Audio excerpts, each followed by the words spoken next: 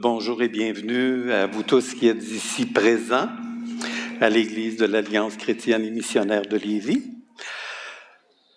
aux membres de l'Église et bienvenue également à tous ceux qui nous suivent via les réseaux sociaux, qui sont fidèles dimanche après pour nous suivre. Nous sommes le dimanche 12 janvier 2025 et aujourd'hui nous sommes réunis pour nous laisser instruire par la parole et répondre à la question, vous avez vu le titre tout à l'heure, comment des mages venus d'Orient ont-ils su que le roi des Juifs venait de naître? Qu'est-ce qui leur permettait d'avoir cette information si précise? Un roi juif était né. Et pour répondre à cette question, nous allons consulter ce matin uniquement les Écritures. Et vous allez pouvoir constater que Dieu, encore une fois, est le roi souverain qui dirige les événements pour les faire se produire au moment voulu. Et vous allez aussi constater que la question « Où est le roi des Juifs qui vient de naître ?» avait comme objectif de faire savoir à la classe sacerdotale à Jérusalem que le Messie était réellement né et qu'ils étaient à une période spéciale de leur histoire. Cette histoire, souvenez-vous, puis tu sais, dans la liturgie, on fêtait ça le 6 janvier. Hein? Vous vous souvenez de ça? Le 6 janvier, c'était la fête des rois, on mangeait la galette des rois et tout ça. Vous allez voir qu'il y a beaucoup de folklore autour de ça là, ce matin. Donc, cette histoire s'est produite après la naissance de Jean-Baptiste et après que les bergers de Bethléem ont rendu témoignage que le Messie était né à l'endroit précis annoncé par le prophète Michée, c'est-à-dire à Bethléem, et à l'endroit précis à la tour du troupeau, où les brebis destinées au sacrifice dans le temple étaient entourées de soins spéciaux afin de répondre aux exigences des prêtres d'être sans défaut et sans tache. Le Messie est né qui était l'agneau de Dieu, est né à l'endroit précis où les brebis qui étaient destinées au sacrifice dans le temple étaient élevées. Il y a deux évangélistes qui nous racontent la naissance de Jésus. Il y a Luc, qui lui nous raconte l'adoration de Yeshua par les Juifs, les bergers. Et Matthieu, lui, nous raconte l'adoration du Messie par les non-Juifs, des mages. Et pour avoir une bonne compréhension des événements, il faut harmoniser, mettre ensemble les deux évangiles parce que les informations se complètent. Dans notre imaginaire religieux, culturel, nous parlons de trois rois mages. Ils sont astrologues ou astronomes. Ils suivent une étoile dans le ciel. Ils viennent adorer le roi des Juifs à Bethléem. Tout ce que je viens de vous dire est faux, sauf la seule information qui est vraie, c'est qu'ils sont venus adorer le roi des Juifs. Tout le reste, c'est faux. Et vous allez pouvoir le découvrir au fur et à mesure avec moi. Alors, voici le récit que nous rapporte Matthieu. Matthieu, il dit que Jésus étant né à Bethléem en Judée au temps du roi Hérode, voici des mages venus d'Orient arrivèrent à Jérusalem et dirent « Où est le roi des Juifs qui vient de naître? Car nous avons vu son étoile en Orient et nous sommes venus pour l'adorer. » Ces mages-là, ils venaient d'Orient, de Babylone. Ils ont dû parcourir plus de 1500 kilomètres, autour de 650 000, à travers le désert et les routes, à travers les villages et les villes. Et c'est sûr qu'ils ont dû susciter beaucoup de questionnements. Organiser ce voyage-là a exigé beaucoup de temps. Il fallait prévoir des réserves pour l'aller et le retour, parce qu'ils ne faisaient pas juste venir, ils sont retournés. Donc, des réserves de nourriture, des réserves d'eau, des tentes de campement sûrement, localiser les oasis. Donc, c'était un voyage qui devait durer beaucoup plus qu'un mois, selon les gens. Et venir à Jérusalem pour ces mages babyloniens exigeait d'être absolument certain des informations qu'ils avaient. Tu ne fais pas un voyage comme ça si tu n'es pas certain des informations que tu détiens. Donc, qui étaient ces mages-là? À l'origine, les mages faisaient partie d'un groupe de sages conseillant le roi et prédisant l'avenir par la magie, l'étude des astres, le spiritisme. Et ils étaient en particulier aussi les interprètes des songes. Et c'est pour ça que quand Nebuchadnezzar a eu son fameux songe qu'il avait oublié, le roi, c'est dans Daniel 2.2, le roi fit appeler les magiciens, les astrologues, les enchanteurs et les chaldéens pour qu'ils lui disent ses songes. Ils vinrent et se présentèrent. Puis ils n'ont pas été capables de dire le songe. Ils ont dit, dis-nous ton songe, puis on va te l'interpréter, mais on ne peut pas te dire le songe que tu as eu. On va voir ça un petit peu plus tard. Ils venaient d'Orient. Donc, dans la Bible, l'Orient, ça désigne toujours la Mésopotamie, principalement Babylone. Et ils venaient d'Orient, ils sont des non-juifs, les Babyloniens. Leur nombre n'est pas précisé. La tradition en donne 3 à cause des 3 présents, mais ils sont nombreux, c'est sûr. Tout un convoi pour transporter tous les bagages nécessaires pour un voyage aller-retour. Et s'il y avait juste été 3, il n'y aurait pas à ameuter toute Jérusalem. Ils sont beaucoup. Ils ne sont pas des rois non plus. Et ils viennent pour adorer, ça c'est vraiment important, ils ne viennent pas pour le visiter, ils viennent pour l'adorer. Que des Babyloniens veulent adorer un roi juif, ça ne se justifie pas par la pratique de l'astrologie ou de l'astronomie. Il serait plutôt logique que des rois babyloniens veulent adorer un roi babylonien, mais pas un roi juif. Donc, d'où les mages avaient-ils cette connaissance qu'un roi juif était né? D'où est-ce qu'ils tenaient ça? Cette connaissance leur venait-elle de l'astrologie ou même de l'astronomie, comme on le laisse souvent croire?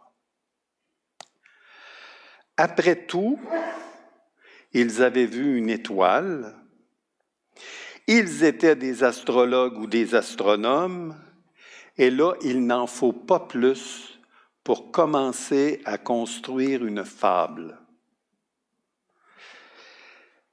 La question pertinente à se poser, c'est Dieu est-il en train d'approuver une pseudo-science qu'il qualifie d'abomination?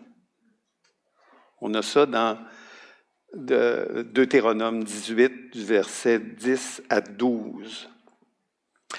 Dieu n'approuve jamais des choses qu'il considère comme une abomination. De toute façon, personne ne peut prévoir qu'un roi juif est né par l'astrologie ou par l'astronomie. C'est impossible. Donc, la réponse aux questions des mages concernant les mages et l'origine de l'étoile, de cette splendeur glorieuse, se trouve dans la Bible et nulle part ailleurs. Les mages dont la Bible parle sont originaires de Babylone et ils connaissent au moins 2 contenus prophétiques et peut-être même plus.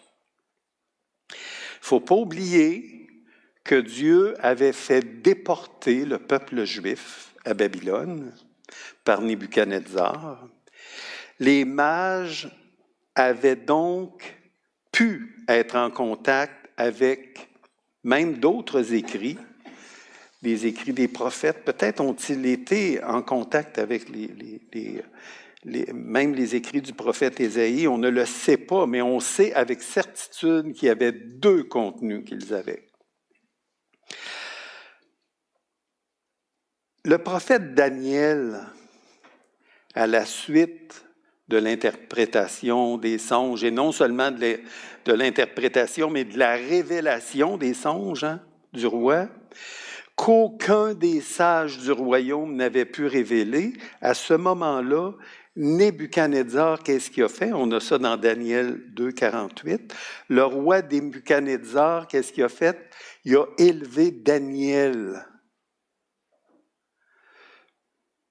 Il lui fit de nombreux et riches présents et lui donna le commandement de toute la province de Babylone. C'est pas rien, hein?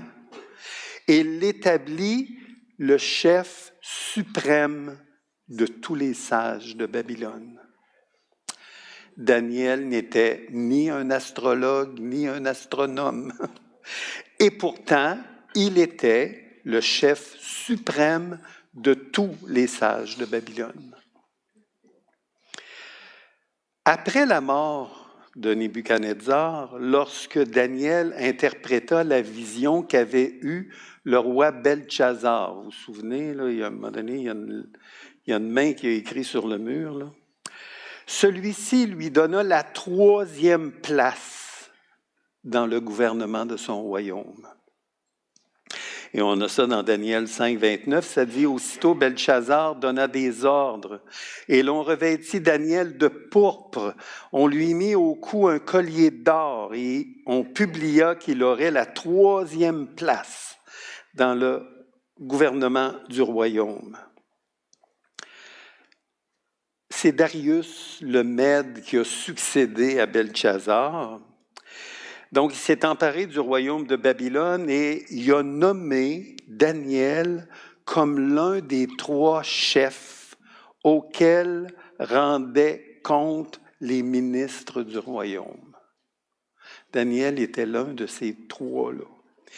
Et Darius, le texte dit que, et Darius, à cause de la supériorité de l'esprit de Daniel, pensait l'établir chef sur tout son royaume. C'était tellement évident la supériorité de l'esprit de Daniel que Darius voulait faire ça, il voulait l'établir chef sur tout son royaume. Et voici que on a tendu un piège. Les chefs et les satrapes, c'est-à-dire les gouverneurs de Babylone, ils étaient jaloux de Daniel et ils ont organisé un complot contre Daniel et ils ont fait rédiger au roi Darius un décret stipulant que tous, pour une durée de 30 jours, devaient adresser leurs prières au roi Darius. Et que quelqu'un qui dérogerait à ce décret devait être jeté dans la fosse aux lions. Daniel a résisté à cet ordre. C'est vraiment une leçon pour nous autres. Et Daniel, il a été quoi? Il a été jeté dans la fosse aux lions, mais Dieu l'en a miraculeusement délivré. Donc après que Daniel a été miraculeusement délivré, c'est assez étonnant cela, là. Après cela, le roi Darius écrivait à tous les peuples. Écoutez ce que Darius a écrit à tous les peuples. Il écrivit à tous les peuples, à toutes les nations, aux hommes de toute langue qui habitaient sur toute la terre, que la paix vous soit donnée avec abondance. J'ordonne que dans toute l'étendue de mon royaume, on ait de la crainte et de la frayeur pour le Dieu de Daniel, car il est le Dieu vivant, il subsiste éternellement, son royaume ne sera jamais détruit et sa domination durera jusqu'à la fin. C'est un roi païen qui dit ça. C'est lui qui délivre et qui sauve, qui opère des signes et des prodiges dans les cieux et sur la terre. C'est lui qui a délivré Daniel de la puissance des lions. Et c'est marqué que Daniel prospéra sous le règne de Darius et sous le règne de Cyrus, le Perse. Donc, Daniel jouissait d'une très grande notoriété dans l'Empire. Il adorait le Dieu révélé et c'est dit qu'il surpassait en sagesse et en intelligence tous les mages. Le roi lui-même avait déclaré que le Dieu de Daniel était le Dieu vivant et éternel. Plusieurs mages du temps de Daniel connaissaient Daniel et connaissaient le Dieu de Daniel. Et une lignée de mages croyants, parce que ceux qui sont venus à Jérusalem, c'est 500 ans après. Bon. Donc, une lignée de mages croyants après lui connaissaient aussi le Dieu de Daniel. Et c'est parce qu'ils étaient croyants dans le Dieu de Daniel qu'ils sont venus pour l'adorer. Maintenant, comment savait-il que le roi des Juifs était né? Là, c'est ça la grande question. Donc, les mages, je vous ai dit, qu'ils connaissaient le livre de Daniel et ils savaient que Daniel avait prophétisé que le Messie naîtrait 483 ans après que les Juifs auraient la permission de reconstruire le temple. Ils savaient ça. Il y avait cette connaissance-là. Et on a ça dans Daniel 9, 25. Là, je vais juste lire. Là. Sachez-le donc et comprends depuis le moment où la parole a annoncé que Jérusalem sera rebâtie jusqu'au Messie, au conducteur, à loin, il y a 7 septaines et 62 septaines. On avait dit que ça totalisait 483 ans. Donc, le temps de la naissance du Messie leur était connu. Ils savaient ça. Ils avaient été témoins de l'édit de Cyrus aussi, là, c'est les mages, qui autorisaient les Juifs à retourner à Jérusalem pour reconstruire le temple. Et cette connaissance-là, ils se la sont transmise. Donc, les mages connaissaient ce contenu-là et ils connaissaient également les prophéties de Balaam. Balaam, c'était un faux prophète, astrologue, lui, originaire de Pétor, ville de Babylone. Donc, Balaam avait prophétisé dans la région où habitaient les mages. Et Balaam, il avait été engagé par le roi de Moab dans le but de maudire les Juifs. Mais au lieu de maudire les Juifs, Israël, Dieu prenait le contrôle de sa langue et lui faisait dire du bien des Juifs. Dieu, il est capable de prendre un astrologue païen pour y faire dire le contraire de ce qu'il veut dire. Et c'est ça qu'on va voir. Donc, dans Nombre 24, 15, Balaam prononça son oracle et dit, parole de Balaam, fils de Béor, parole de l'homme qui a l'œil ouvert. Écoutez son orgueil. Parole de celui qui entend les paroles de Dieu, de celui qui connaît les desseins du Très-Haut, de celui qui voit la vision du Très-Haut, de celui qui se prosterne et dont les yeux s'ouvrent. Et là, voici ce qu'il dit, « Je le vois, mais non maintenant. Je le contemple, mais non de près. Un astre sort de Jacob. Un sceptre s'élève d'Israël. Et là, il dit, il perce les flancs de Moab. Cet astre-là, ce sceptre-là, il va détruire Moab. Il avait été engagé pour maudire les Juifs, et là, il dit le contraire. Il dit, il perce les flancs de Moab et il abat tous les enfants de Seth. La version d'Arbi, pour la même chose, le même verset, dit « Je le verrai, mais pas maintenant, je le regarderai, mais non de près. » Donc, c'est quelque chose, ce que je vous dis là, c'est tout de même pas pour se passer maintenant. Une étoile surgira de Jacob et un sceptre s'élèvera d'Israël. Un astre sort de Jacob, un sceptre s'élève d'Israël.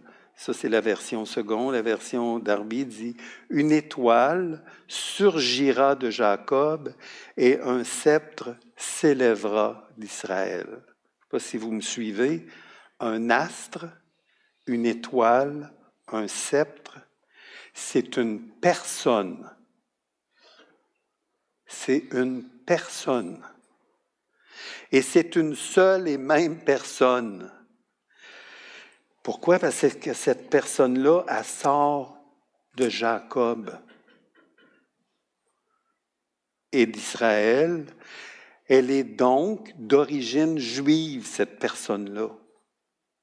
Et elle s'élève comme roi d'Israël.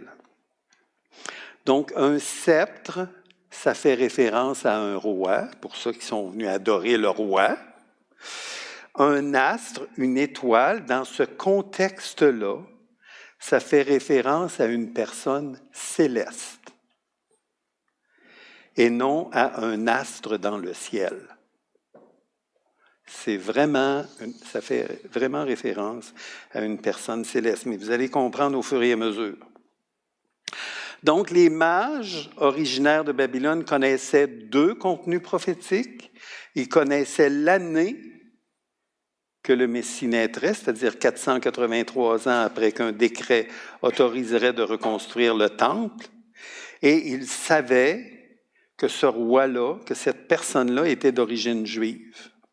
La prophétie de Balaam, elle associait la naissance d'un roi juif à une étoile, un être dont la gloire était d'origine céleste.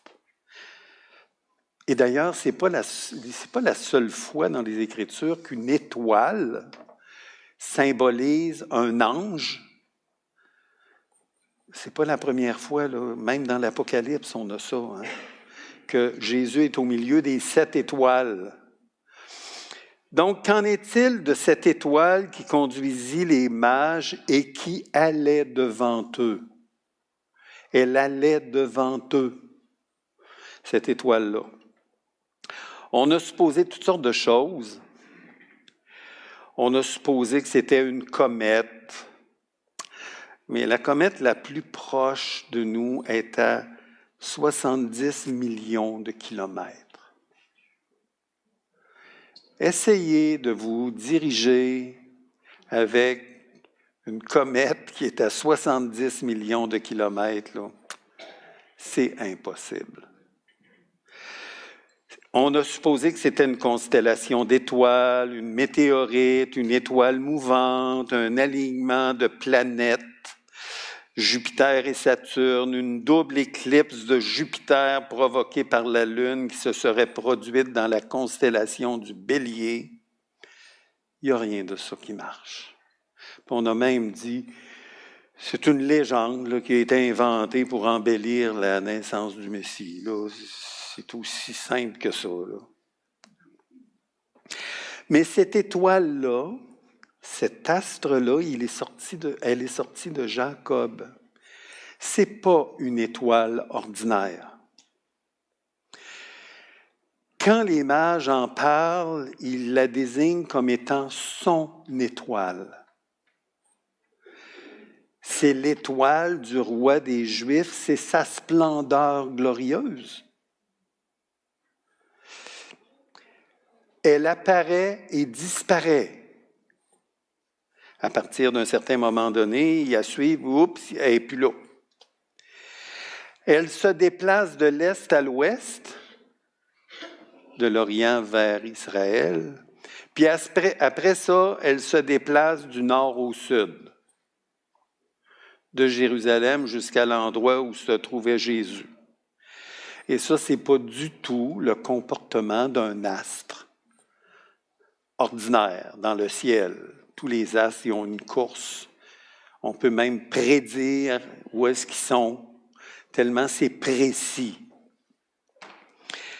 Et en plus, cette étoile-là, elle s'est placée au-dessus d'une maison pour indiquer l'endroit où était le Messie. Vous essayerez ça le soir, là, de vous diriger avec une étoile et que partout où on est dans le monde, c'est tellement vaste la Voie lactée que c'est comme impossible.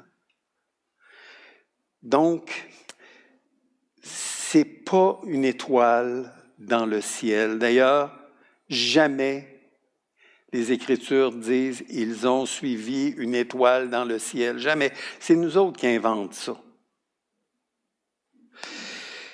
Alors, dans Matthieu 2,9, ça dit « Et voici l'étoile qu'ils avaient vue en Orient marchait, allait devant eux. » Elle allait devant eux.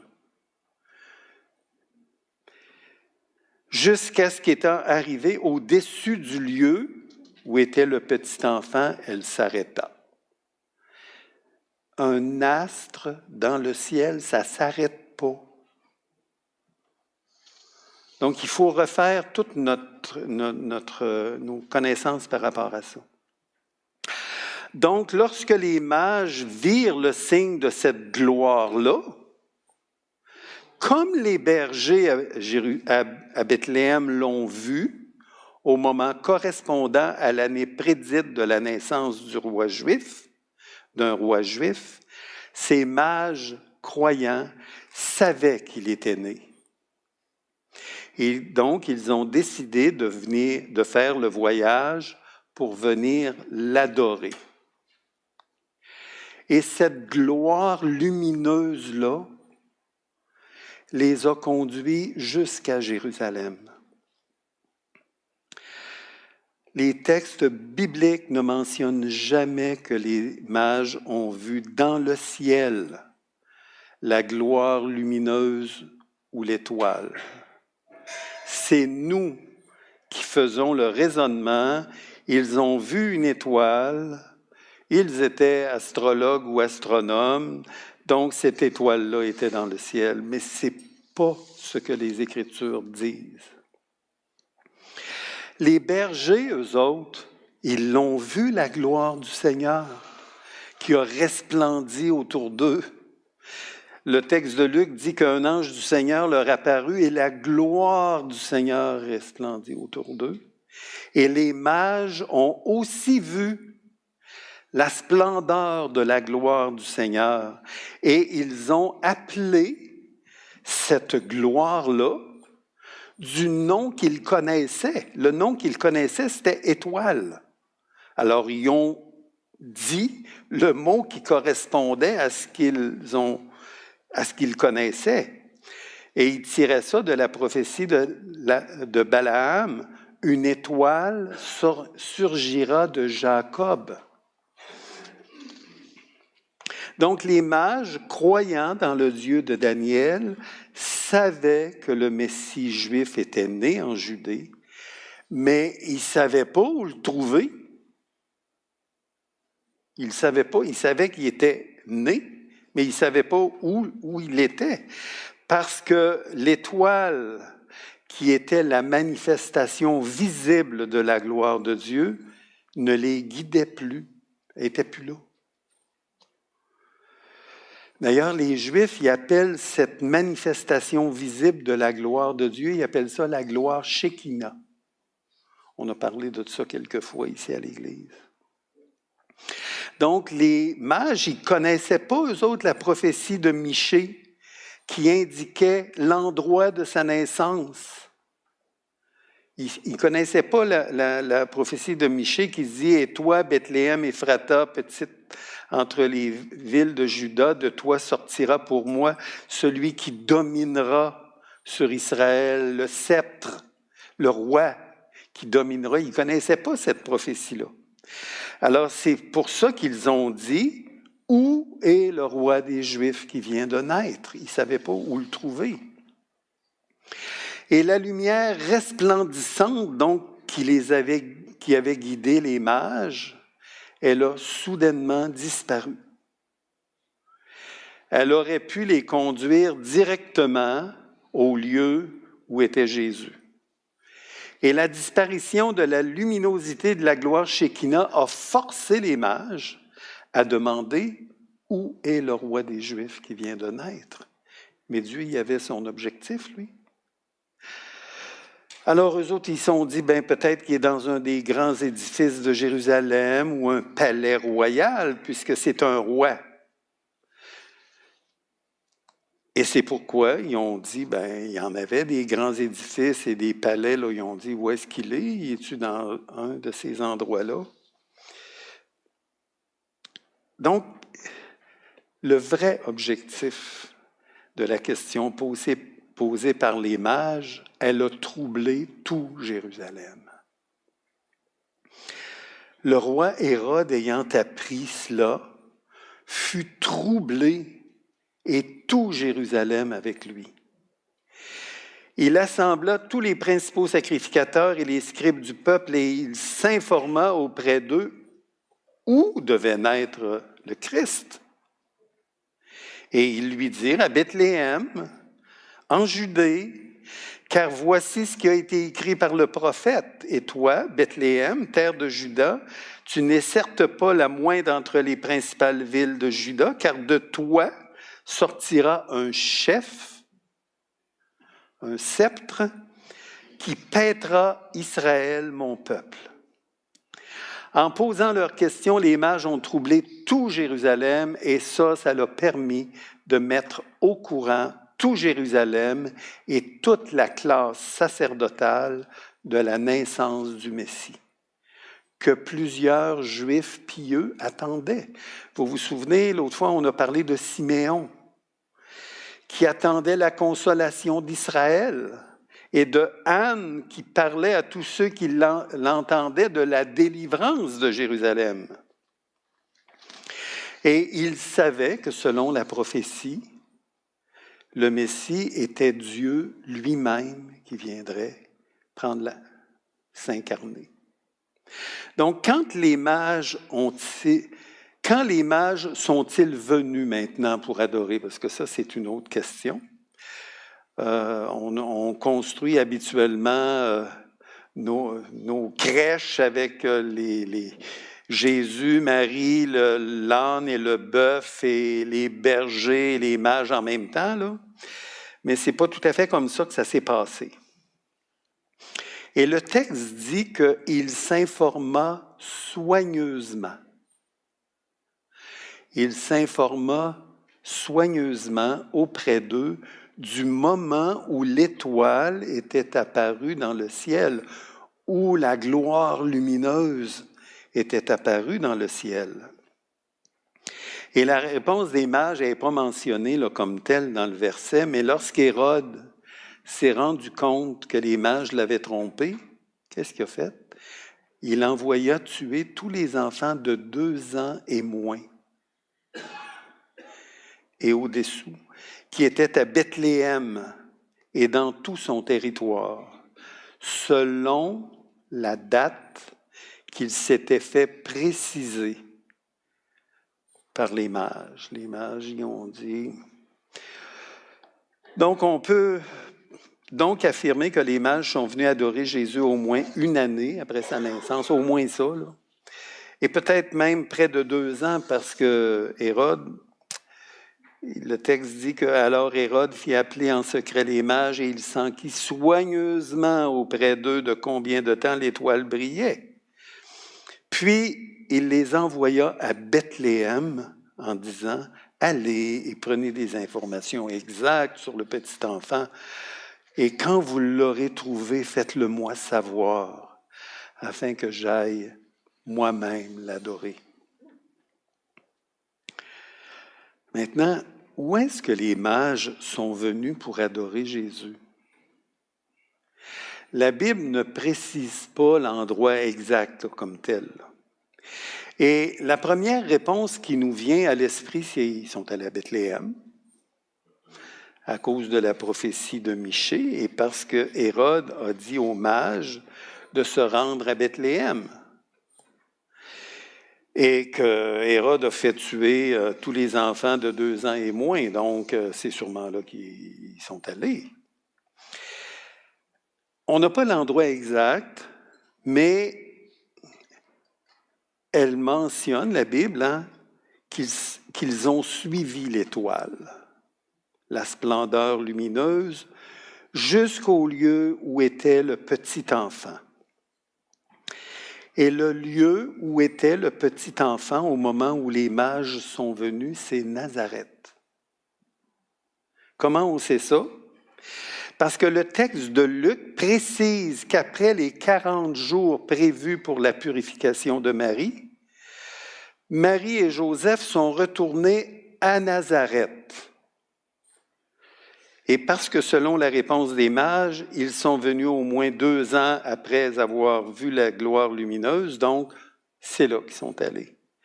Le texte de Luc nous dit que lorsqu'ils eurent accompli tout ce qu'ordonnait la loi du Seigneur, Joseph et Marie retournèrent en Galilée, à Nazareth, leur ville. Donc les mages y ont suivi en toute confiance l'étoile, qui était la gloire de la Shekinah, qui marchait devant eux. Et jusqu'à ce qu'elle s'arrête au-dessus de la maison où habitaient Jésus et Marie et Joseph. Donc ça dit qu'après avoir entendu le roi, ils partirent. Et voici l'étoile qu'ils avaient vue en Orient allait devant eux. Ils étaient les seuls à la voir. Jusqu'à ce qu'étant arrivée au-dessus du lieu où était le petit enfant, elle s'arrêta. Donc, quand ils aperçurent l'étoile, ils furent saisis d'une très grande joie. Ils entrèrent dans la maison et virent le petit enfant avec Marie, sa mère. Ils se prosternèrent et l'adorèrent. Ils ouvrirent ensuite leur trésor et lui offrirent en présent de l'or, de l'encens et de la myrrhe.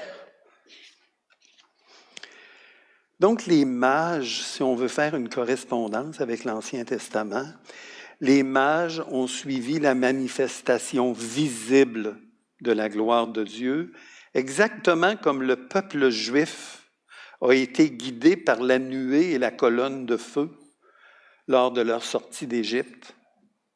Ça dit que l'Éternel marchait à leur tête, le jour dans une colonne de nuée pour leur montrer le chemin, et la nuit dans une colonne de feu pour les éclairer afin qu'ils puissent marcher de jour et de nuit.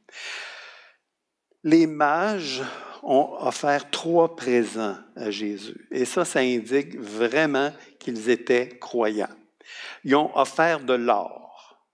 L'or, là, ça représente la royauté. Donc, ça met l'accent sur la royauté de Jésus, le sceptre dont parlait la prophétie de Balaam. L'encens, ça symbolise la divinité, parce que l'encens était brûlé sur l'autel et offert à Dieu. Donc, l'encens, ça représente la divinité. Et la myrrhe, elle est associée, elle, dans l'Ancien Testament, à la mort et à l'embaumement. Puis là, on peut se demander, mais comment que ça se fait qu'ils ont offert de la myrrhe? Ils ont offert de la myrrhe parce que les mages savaient que le Messie serait tué.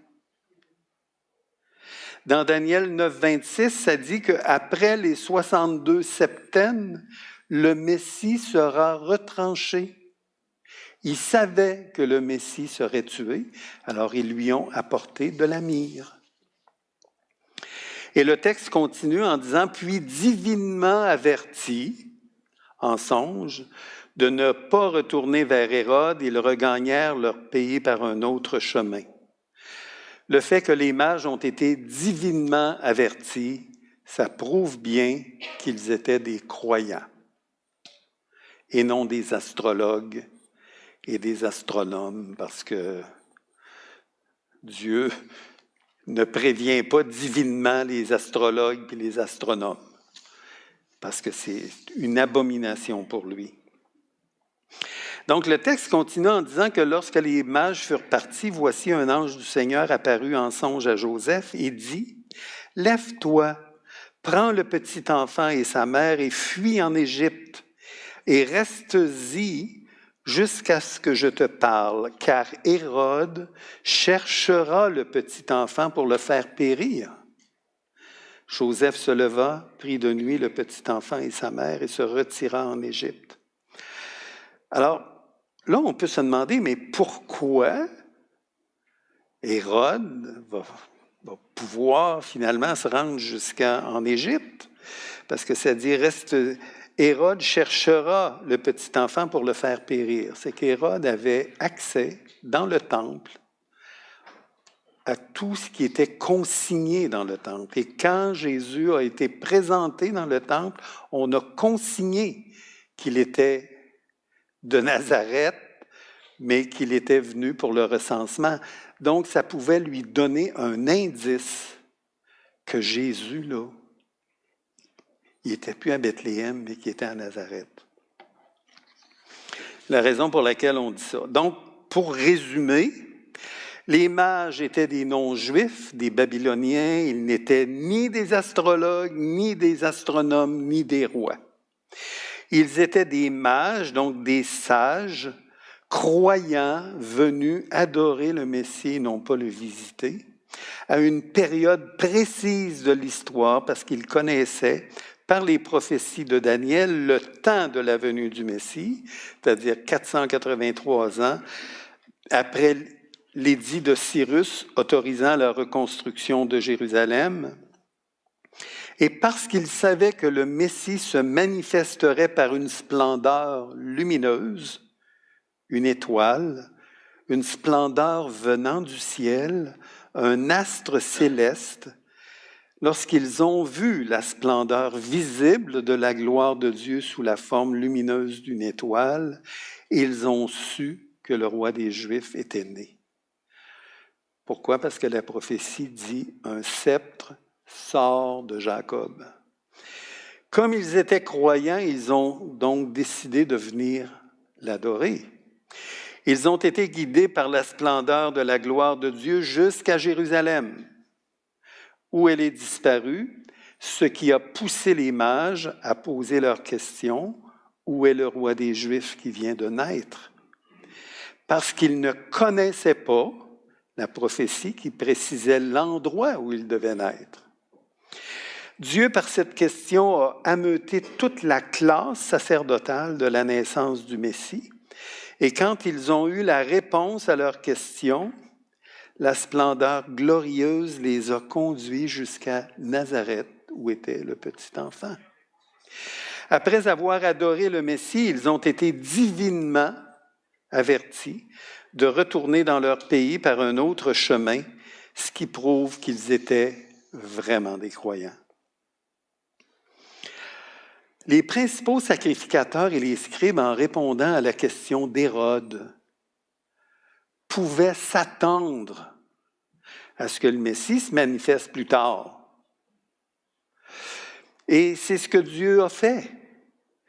Lorsque miraculeusement le Père attesta l'authenticité de son Fils en déclarant par une voix audible venant du ciel, « Celui-ci est mon Fils bien-aimé, en qui j'ai mis toute mon affection. » Cette voix-là, elle a été entendue par toutes les personnes présentes au début du ministère de Jésus, et ça mettait le sceau à la question que les mages avaient posée 30 ans plus tôt.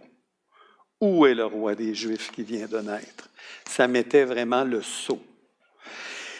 Le témoignage de Dieu le Père lors du baptême de Jésus attestait à toute la nation d'Israël que Jésus était bel et bien le Messie. L'annonce de toutes les prophéties de l'Ancien Testament, on a vu ça lors de la première leçon, et la réalisation de ces prophéties dans le Nouveau Testament sont les preuves incontestables de l'origine divine de la Bible. De la même façon que nous avons démontré que les autorités religieuses et les contemporains de Jésus pouvaient savoir que le Messie d'origine divine était parmi eux et que ce qu'il disait était vrai, de la même façon, nous pouvons savoir, en lisant les évangiles, que Jésus est bien le Messie, qu'il n'y a pas d'autre chemin pour aller à Dieu et pour obtenir le pardon de nos péchés. Jésus est la personne incontournable de toutes les Écritures. Allez, écoutez bien, ça c'est tellement bon. Yeshua, Jésus, dans l'Apocalypse, se présente comme celui qui devait venir de la postérité de David. Et comment est-ce qu'il s'appelle? L'étoile brillante du matin. Celui qui éclaire pour que nous puissions croire et demeurer dans la foi. Écoutez bien le texte. « Voici, j'ai envoyé mon ange pour vous attester ces choses dans les églises. Je suis le rejeton et la postérité de David, l'étoile brillante du matin. » C'est extraordinaire. Donc, en tant que non-juifs, parce que nous autres, on est des non-juifs, là, nous sommes de la même lignée de croyants que les mages, à condition de le reconnaître comme notre Sauveur. Et comme eux, nous devons suivre Yeshua, qui est l'étoile brillante du matin. Ça, c'est Jésus qui dit ça de lui-même. Écoutez bien ce que Pierre dit. Pierre, lui, il dit, lorsque nous avons cru, Christ, qui est l'étoile du matin, la même qui est apparue aux bergers et aux mages, a illuminé et continuera d'illuminer de nos cœurs dans notre marche avec lui jusqu'à ce que paraisse le jour, jusqu'à son retour. Écoutez bien. Car Dieu le Père lui a donné honneur et gloire lorsque, dans sa gloire immense, il a fait entendre sa voix qui disait « Voici mon Fils bien-aimé qui fait toute ma joie. » Or, cette voix qui était venue du ciel, nous l'avons entendue nous-mêmes, puisque nous étions avec lui sur la sainte montagne. De plus, nous avons la parole des prophètes, sur laquelle nous pouvons nous appuyer fermement. Et vous faites bien de lui accorder votre attention, car elle est comme une lampe qui brille dans un lieu obscur, jusqu'à ce que le jour paraisse et que l'étoile du matin se lève pour illuminer nos cœurs. C'est extraordinaire. Les Écritures, ça se tient. Alors, prions, notre Père céleste, comme aux bergers et aux mages, tu t'es manifesté à nous comme l'étoile brillante du matin. Sans cette splendeur glorieuse qui s'est manifestée en nous, nous n'aurions pas pu croire. C'est toi qui as illuminé nos cœurs pour que nous puissions croire, comme tu l'as fait pour les mages. Et à cause de cela, Seigneur, nous voulons te manifester toute notre reconnaissance pour cette grâce extraordinaire et incompréhensible à nos yeux que tu nous as faite. Père, on veut vraiment t'adorer, adorer ton Fils qui est venu dans ce monde pour nous offrir le salut et pour nous accorder le pardon de nos péchés. Merci. Père, c'est au nom de Jésus que je te prie. Amen. Alors, les questions pour cette semaine, je vais les lire en même temps que vous. Discuter autour de l'interprétation biblique de l'étoile comme étant la gloire majestueuse de Dieu qui a guidé les mages. Et la deuxième, discuter autour de l'idée que Christ, l'étoile du matin, est en quelque sorte la même splendeur qui est apparue aux bergers et aux mages et qui a illuminé nos cœurs pour que nous croyions en lui et qui continuera d'illuminer nos cœurs dans notre marche avec lui jusqu'à ce que le jour paraisse.